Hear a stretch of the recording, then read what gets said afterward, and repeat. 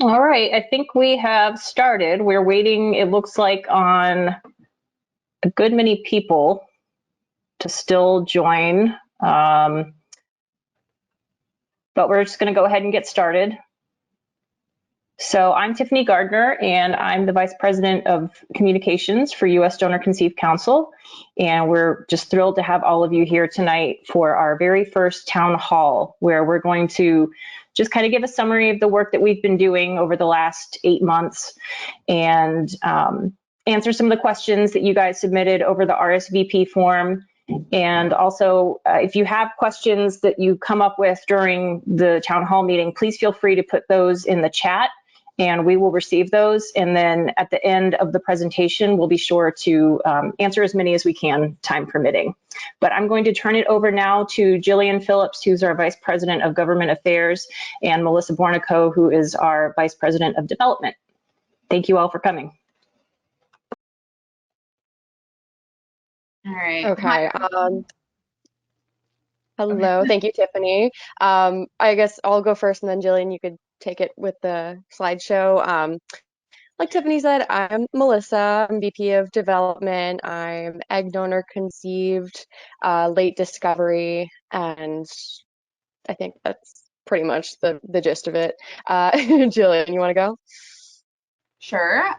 So I'm Jillian Phillips. I'm the Vice President of Government Affairs, and I am sperm donor conceived. And so it was an anonymous donor, and I found him through 23andMe last year. And I was raised by a single mom, and so that's kind of the gist of my story. And then on this slide, you can also see that other people that are involved in our core team for USDCC. And let's see.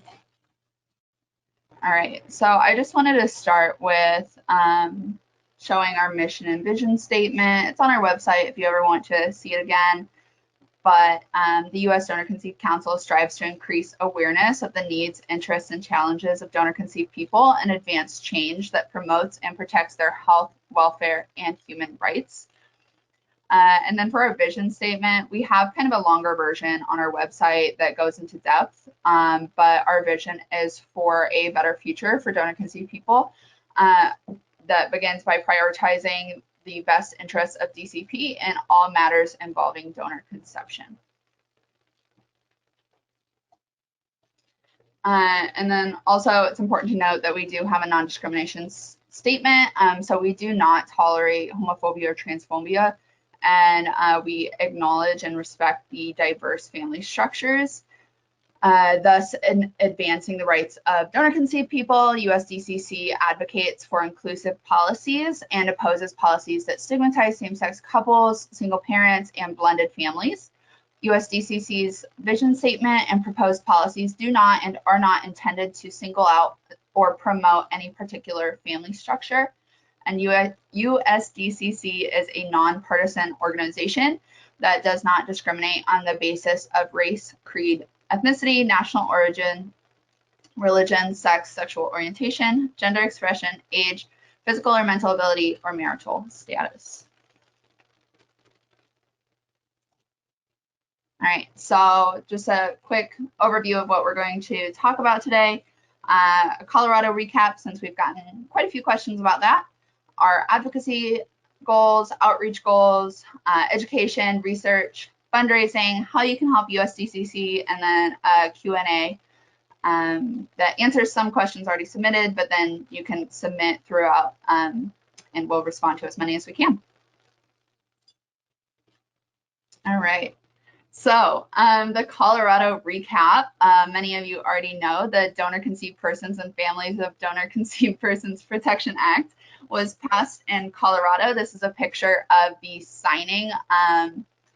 So Tiffany and Tyler were lucky enough to travel out there for the signing. They're still jealous about that one.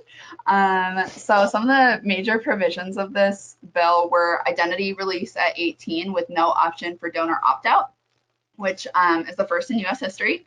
Then we also were able to have a global limit of 25 families per donor. And what was awesome about this is many of the like major sperm banks got behind this and said, supported this. We were kind of afraid the family limit would be impossible or fought on quite a bit. And so we were very proud of that, even though we do as USDCC want to see that lower. Then the requirement for written educational materials for donors and recipient parents and verbal counseling for donors. Then periodic medical updates that then the DCP or the RPs can access. Permanent record retention. So hopefully that'll get away from all the records that were destroyed in floods or fires and all the other natural disasters that seem to hit our records. And then a minimum donor age of 21. So hopefully that will help prevent some of the targeting that occurs on college campuses. And then, and I'm sorry if you can hear my dogs in the background. And then this applies to donations post after January 1, 2025. So this gap basically gives banks, clinics, etc., time to update their policies, learn the law, and figure out how to comply with the law so that they can make sure that they're serving Coloradan families the correct way. All right. Okay, so how was this bill accomplished? So Senator Fenberg approached us in January of 2022 and talked to Aaron, our president, about kind of what we would like to see happen, and that began conversations. And we engaged in ongoing conversations with many stakeholder groups and experts, including but not limited to LGBTQIA advocacy groups, assisted reproductive technology attorneys, legal scholars, donor advocacy groups, and art industry representatives. And then we also worked closely with the LGBTQIA advocacy groups in drafting the bill. They were very instrumental in helping us create the version that you see today. And then we were assisted by some amazing allies in the adoptee community. As you probably already know, there's a lot of similarities between the two communities. So we're very thankful for the support that they showed us, considering some of these fights they've already had in Colorado. So they lent that expertise to us. And then bipartisan support was crucial, and we had that both in the Colorado House and Senate. All right. So advocacy, our goal going forward is definitely focusing on the state level. We spoke with different people when we first formed our nonprofit, and they gave us some amazing advice on how important it is to get certain states before we move to the federal level. And so we're kind of following that model right now. And so we have put together basically a spreadsheet with certain criteria that helps us figure out what states we'd like to target. And so things on that spreadsheet that we look at include, does the state have already existing laws that are favorable to adoptees in accessing their original birth certificates? If not, it might be harder to push for Open ID at 18. Do they have laws on the books already that protect single parents or LGBTQ families? Obviously, that's very important. So we want to only go in states that have that structure in existence. And then, is there a substantial industry presence, which includes but is not limited to sperm bank locations? So some states have zero, and so that's not where we want to focus our energy right now, because we're a very small group, we're all volunteers, there's not enough hours in the day. So we're focusing on some of the larger states, or the states with larger industry presence, before we move on to other states. And then we're also spending the fall educating legislators and making connections with more stakeholder groups and just people in our community, and really trying to build those bonds. So advocacy at the federal level. So many of you already know that some people and groups are working towards federal level legislation. There's a couple different efforts towards federal fertility fraud bills. We were approached about assisting with a fertility fraud bill, but at this time we just didn't feel like it was a good fit for our organization. For one, we're a small volunteer group, so we just don't feel like we have the manpower, the hours that we could put forth and do that.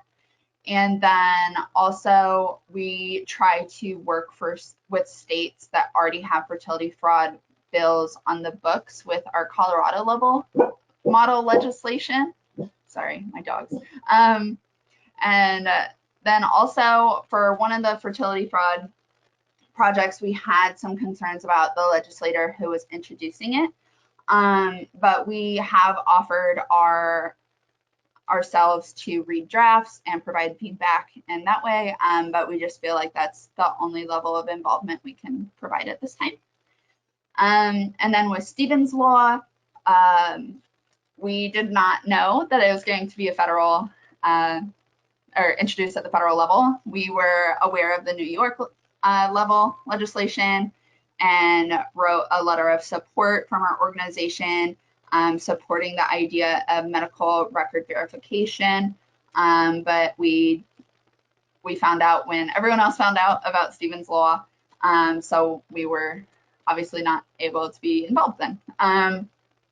And then our plans for advocacy moving forward, we want to continue our stakeholder discussions and continue to build those bonds. And they're educating us about what they do, and we're educating them about what we do, and trying to find kind of common ground and see how we can move forward together going forward. And then also, of course, go on, Jillian. Sorry, I was gonna say, also one thing for our federal level plans, a lot of people were asking in the Google form what our plans were, and I want to add in also like a long-term goal is to get involved with that, but there's just nothing solid in the works right now for USDCC. But yeah, we would definitely love to explore that area and that goal in the future. Yes, definitely. Sorry, I thought you were done talking when I started talking. No, please cut me off whenever. And then, of course, educating members of Congress is really important. A lot of people don't even know about DCP issues, and so talking to them about it and educating them about all the different facets of it is going to be very important moving forward. So that's definitely one of our big priorities coming up that we're wanting to work on. All right. If Melissa or Tiffany, if you want to talk about the survey, to go for it. Sure, I got it. All right, so we sent out that survey about a week ago. I forget exactly when it went out. We got a lot of people responding, which was awesome. Thank you guys. We really appreciate your input. And this is really important to us because our work is based on what the community needs and wants. And obviously, we are 6 people on the board, and that's a good number. We're all donor conceived, but 6 people isn't enough to represent the entire community, right? We want to know what you guys think. So we had a total of 179 people respond. That included donor conceived people as well as donors and recipient parents themselves. Majority of people, though, were donor conceived, which, awesome. Thank you guys again. 85%, which a huge number of those people lived in the US. And yeah, I mean, just some other demographic information below. 25% of respondents were LGBTQIA+, 8% are disabled, 4% were Black, Indigenous, people of color, 2% were raised by same-sex parents or LGBTQIA parents. So, yeah. And then some really important findings we took away from this survey so far, and I believe the survey is still up if more people wanted to submit their ideas or their input. I might be wrong on that, so sorry if I am. The top thing that people seemed to wanted was educational counseling for intended parents. Our Instagram earlier today, one of our stories talked about it, reposted a post by somebody talking about education for not just parents but also donors. And one thing that we said on there was it's so important for this education to happen, because in the mainstream talk of all the different social justice issues going on, donor conception doesn't come up so much. So it's kind of hard to find someone who just comes across the information on their own, right? Lots of people, the way they found out was either finding out they were part of the community or having the information deliberately presented to them. So it's really important for that educational counseling to happen, because a lot of people just simply have never been exposed to the information before. So that's awesome. We'd love to see that other people want that as well. Lots of people also wanted, close second place was a global family limit for donors. Yes, majority of respondents said they wanted 5 families or fewer. I believe the average for the specific group of donor conceived people responding to that survey was about less than 10. Correct me if I'm wrong, guys. Which is what we really want to fight for. It's kind of hard sometimes with the bills to get everything we want. For example, Jillian mentioned before that we wanted to see the family limit much lower on the Colorado bill. But we're going to keep pushing for what's best and what's most wanted for donor conceived people. So going to keep fighting for that. National registry for DCP, really important. A lot of clinics just don't communicate with each other, leads to its own set of problems. We all know that. 40% of people believe that the fertility industry should create a single registry. That was really interesting to find out. And 4th place for advocacy priorities was screening donors for genetic health issues. We all know, or most of us know already, clinics aren't legally required to do that or verify the information, so we would like that to be required. Pretty good and simple. And then 5th place was allowing donor conceived people to learn the identity of the donor before age 18. Yes, and that had 60% support. Of 146, 36 people believe it should be from birth. That would be awesome. In a perfect world, we would really, really love to see that happen. Hopefully one day that will be an ability for us. So yeah, you want to add anything? I don't think I have anything to add to the survey. Tiffany, did you? Yeah, I just wanted to say, if you haven't had the chance to fill it out yet, we have got it available on our Facebook page on a post, on Twitter, and also on Instagram. So it'll be up for a while. Share it with your friends, share it with your family, anybody that you know that could speak to these issues and has an interest in advocacy. Just fill it out. We'd love to get more insight into what everybody thinks. Yes. Definitely. The more people who respond, the better information we have to help fight for you guys. So yeah. Okay. So outreach, so connecting with DCP and stakeholders. We are continuing the conversations that we started in Colorado. So we're working with the groups who collaborated with us. And like I mentioned earlier, we're educating them on the needs of DCP.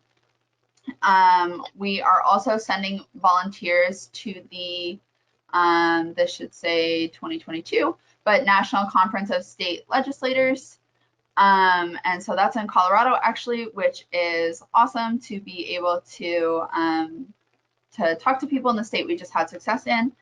And then we also have an upcoming in-person stakeholder meeting with some of the LGBTQIA advocacy groups, the art attorneys, legal scholars, donor advocacy groups, and art industry representatives. And so we're really excited to be able to have that. We've obviously talked to them for months over Zoom and phone calls and emails. So it'll be great to be able to sit down with them in person and talk about these issues. And then we're also connecting with international DCP groups. We've talked with the group in Australia, group in Canada, and some other groups in Europe. And it's just been great to connect with people across the globe about each country does things so differently, but yet the DCP experience is still pretty similar, at least in my opinion. And so I think that's always been really interesting in these conversations. And then let's see, we got a question in the chat about interacting with sperm banks. And so since we're already on this outreach, might as well address that now.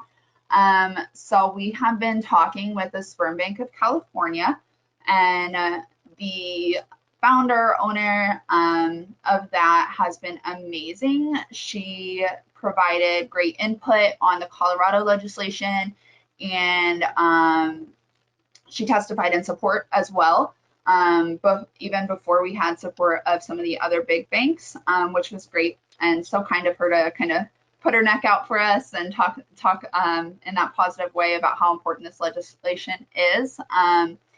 And then we have engaged with California Cryobank and Fairfax Cryobank, which, as you guys probably know, are two of the really big ones in our country. And then we've also talked with the Seattle Sperm Bank. They were pretty heavily involved in the family limit conversation. And so they helped us connect with some of the other people in some of the bigger banks. And so those were some great conversations there. So we did have a lot of conversations on the family limit. When we went into the bill, we wanted 10 as the maximum. And we were negotiated down to, or up, I guess, to a family limit of 25. But that is global, not just limited to the state of Colorado. And it's still, we do still consider it a win because some banks, as you guys probably know, we're averaging 40 to 45 families per donor, which then leads to some of these really, really big sibling groups. So we're going to continue to educate on the need for lower family limits. And one of our co-sponsors of the bill, Senator Gardner, actually spoke during one of the Senate hearings and even said like he doesn't agree with the higher family limit. So it's great to have that support even at the legislator level already.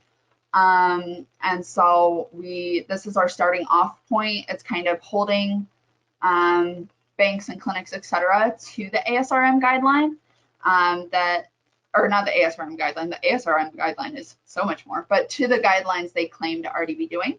And so it's a great starting point, and hopefully we can continue lowering that through more legislation. At least that's our hope.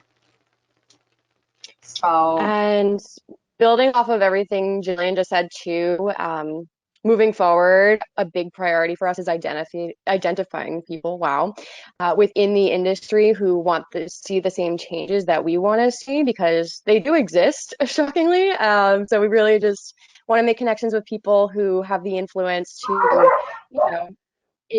influence their own colleagues and, spread awareness about the needs of donor-conceived people. all right, and we also got a question about, it says, gay men seem noticeably absent from these conversations. We have been engaging with men having babies, and they have been invited to the stakeholder meetings. And also within some of the groups that we've already mentioned, there are gay fathers in that group. Including the law professors and people working in the industry and for the LGBTQIA stakeholder groups. So we have actively tried to engage all population, and we hope to engage more. Like for egg donors, We Are Egg Donors, and so they were pretty easy to engage and get involved in the conversations, but there's not necessarily the same group that exists for sperm donors, and we have been able to connect with groups through We Are Egg Donors for women, and we just need that connection for men. So if you guys have suggestions on how to engage better with different communities, please let us know. We are actively trying to form those relationships, and so yes, so please let us know. It is important to us. Okay. So then education, we are working on expanding our web content. So we're wanting to include information and advice for recipient parents, for donors, and then we're also wanting to have kind of like a voices of donor conception with profiles of DCP donors and recipient parents. We've had quite a few people reach out interested in helping us with content, which has been great. So we're definitely hoping to do that. And so Erin and Tiffany are really spearheading the content creation for the website. So that's there. And then we're aiming to participate in more events and conferences. But obviously time and funding are two big factors in that. And so we are also hoping to distribute USDCC educational materials, and that's kind of where volunteers come in. Just like with the conference this coming week, we're sending volunteers. We hope that that can happen in more places, and that allows us to be more frugal with our donations and use them as wisely as possible, so that we're not so that we're able to send local people instead of having to fly people out, which is not ideal. And then also contribute to social media content. Melissa, this is your domain. Do you want to talk about this? Yeah, definitely. So I really want to, it was mainly Erin's idea. She brought it up. She wants to start doing, or we all want to start doing more reels, because those are always fun. We really want people to contribute. We want to have your voices heard. If you're comfortable being put into an Instagram reel, send me an email. Some of the questions we're trying to make reels about are, for example, how many siblings do you have? And then we want to do like clips of people just stating the number, some really high, maybe some low. Like I personally have 0 donor siblings that I'm aware of. Some people have obviously hundreds. So we want to show the diversity of experiences within the DCP community. And if you're not donor conceived, but you are a donor or a recipient parent, you can also participate. Something we're really curious to know is also like, what information did the clinic bank give you? It doesn't also have to be, I mean, that's false info.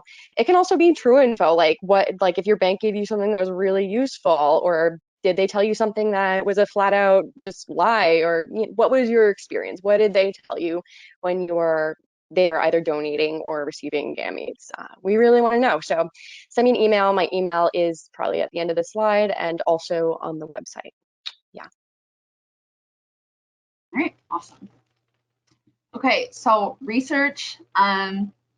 We are exploring different research avenues and are collaborating with donor conceived community because they're also interested in research to kind of fill the gap. There is research that's more international. Other countries have done it.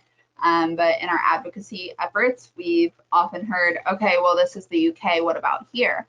And we have to say, well, this isn't a widely researched topic here. The UK has been doing this for decades, whereas, we're really just ramping up. And so this will hopefully help guide our advocacy and educational efforts and also fill in some of the gaps. So I really hope you guys will consider participating in any future research studies that we release. So watch out for that. And I'm really excited for that potential. Okay, Melissa? Okay, so fundraising. Yeah, so I'm in charge of that. And so our main program that we have going right now is lasting until the end of the year. It's called the Founding Contributor Program. You may have heard of it already. Anyone can be a founding contributor. You don't have to fit any certain type of demographic information. All you have to do is either donate or raise at least $250 by the end of the year. It doesn't have to all come in the same donation. It could come in separate or whatever. And as our little sign of recognition of people who have made an especially significant contribution in our first year, we want to list names, with permission, of course, on our website underneath a specific section that says who the founding contributors are. And that's just a little token of our appreciation to the people who, obviously everybody makes a difference who contributes, but the people who made a especially significant difference in our first year. So if you want to learn more about that, if you want to get involved at all, if you have any questions and at all, I'm happy to help. Send me an email or I'll be happy to talk to you about it. And then I also run a team of just a couple of volunteers to help with fundraising. We work on mainly peer-to-peer fundraising, and we're starting to look into some grant work.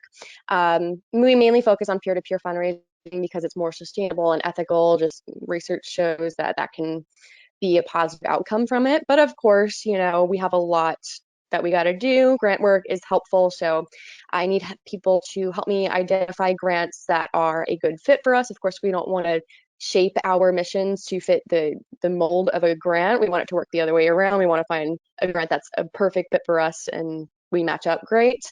I need people to help me look for them and also, you know, to work with me as we apply for them. So if you want to get involved, if you have experience with that, whatever the case may be, hit me up. I'm happy to hear from you guys. So building on that with how you can help USDCC and who to contact. If you want to assist with fundraising and social media, email Melissa, and her email is here, but it's also on our website. Then if you want to contribute your voice to the website, email Tiffany. If you want to help with, or if you can help us with tech and graphic design, we're really trying to update and get our website going. Erin would really appreciate that. So email her. And then if you have any connections, we're trying to build our medical, you know, doctor, fertility connections. So if you have anyone that might be interested, please reach out to me. We're trying to build that community. And then also if you're interested in research, also please let me know. For legal, that's Tyler, our VP of legal. And then for grants, for finding or helping applying to grants, that's also Melissa. And then also just a way that everyone can help is sharing our posts, inviting your friends and family to like our page, and then donating. Like literally even $1 makes a difference. We're a new nonprofit just getting started. And so we greatly appreciate every contribution. Yeah, definitely. And like I always bring up the example, if every one of our like social media Instagram followers donated $1, we would raise $1,200. Like every amount counts, no matter how small. It all makes a difference because it all adds up. But yeah, I just want to thank you all for taking the time out of your evening and joining us for this. This is our first town hall meeting. So we definitely want to hear your feedback. We're wanting to get to know all of you, and we're really trying our best here to serve the donor conceived community and also protect the family structures that exist. So please help us out. You know, we're only 6 people, so we need help. And I hope that we hear from a lot of you guys wanting to help us on some of our future projects. And I also hope that this won't be our last town hall and that we can speak with you all again maybe in a couple months and update you on how stuff's been. And we did record this, so for people who weren't able to attend tonight, or for anybody who wants to spend an evening watching it again, you'll have that opportunity. We'll have that put up, I think, on our YouTube channel. And if you have a question that we didn't get to in this hour, please feel free to email. We've got our email addresses up on our website. And if you want to direct it to the person you think is most likely to know the answer to your question, you can do that, or you can just email all of us if you'd like to. But we really appreciate everybody attending, and sorry for any confusion there was. We know we had to change platforms, but we were fortunate to have a lot of interest in attending this town hall tonight. So thank you guys for taking time out of your evening to join us, and we hope we'll see you all again soon. Yes, thank you, everyone. Thank you so much.